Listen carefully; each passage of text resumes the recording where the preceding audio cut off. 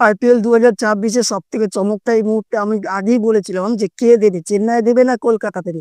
But এই মুহূর্তে যা দেখা যাচ্ছে কলকাতা দিয়ে দিয়েছে চমকটা, কারণ Cameron Green, Matheesha Pathirana, Finn Allen, Mustafizur Rahman, এই চারটে বড় বড় নাম সেগুলোকে কলকাতা নিজের করে নিয়েছে।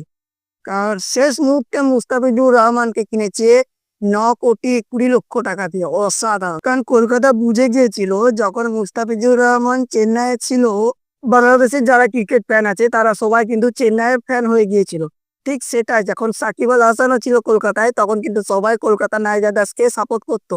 আর সেই কারণটাই মনে হয় কলকাতা নাইট রাইডার্স এবারে দেখিয়ে দিল। সেই কারণে মুস্তাফিজুর রহমানকে 9,20,00,000 টাকা দিয়ে কিনে নিয়েছে, অসাধারণ, কিছু বলার নেই। সাথে আরো একটা চমক আছে, তারা বোলিং এর দিক থেকে আকাশদীপকেও নিয়েছে ভারতে। সে অসাধারণ বোলার এবং তাকে 1,00,00,000 টাকা দিয়ে কিনেছে, হয়তো তার দামটা একটু কম হয়েছে। আপনার কি মনে হয় অবশ্যই জানান।